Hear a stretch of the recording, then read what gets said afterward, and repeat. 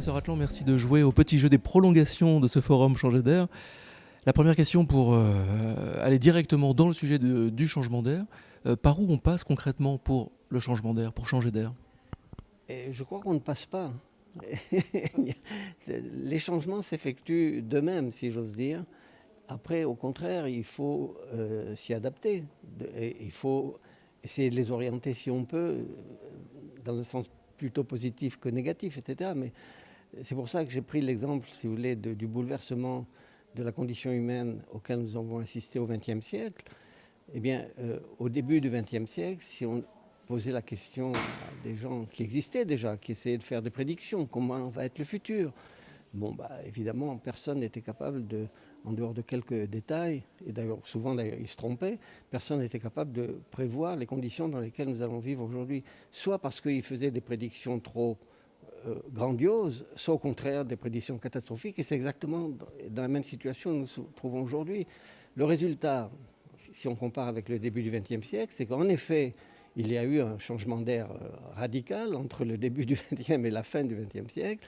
Et si on cherche à savoir quels ont été les principaux facteurs, bon, on peut en énumérer beaucoup, l'énergie nucléaire, la génétique, etc. Mais en fait, à mon avis, les deux facteurs les plus importants qui ont bouleversé la condition humaine véritablement, c'était, comme j'essaie de le dire, la pilule contraceptive et la machine à laver, c'est-à-dire deux inventions techniques, l'une qui a l'air triviale, et la machine à laver qui est loin d'être triviale, l'autre, la pilule contraceptive aussi, qui n'est pas triviale, et qui ont modifié complètement la condition féminine et de ce fait même la condition humaine.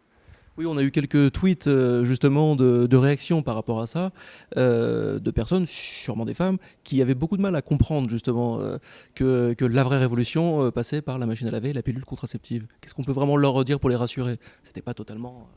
Eh bien, probablement, ça doit être des jeunes femmes qui n'imaginent absolument pas les conditions dans lesquelles vivaient leur mère et leur grand-mère au début du XXe siècle, qui devaient passer leur temps à laver le linge soit dans la rivière, soit dans des bassins. Enfin, moi, j'en ai connu.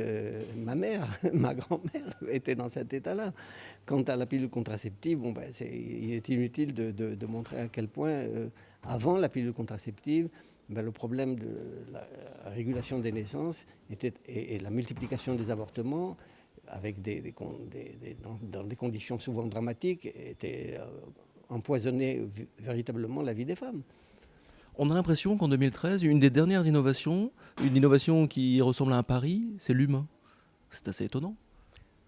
Or là, excusez-moi, mais je ne vois pas, moi, en quoi l'humain est une innovation. Je pense que l'humain existe depuis Homo sapiens et que ça continuera d'exister encore probablement pendant beaucoup de siècles. Mais le changement passe par une prise de conscience de l'humain.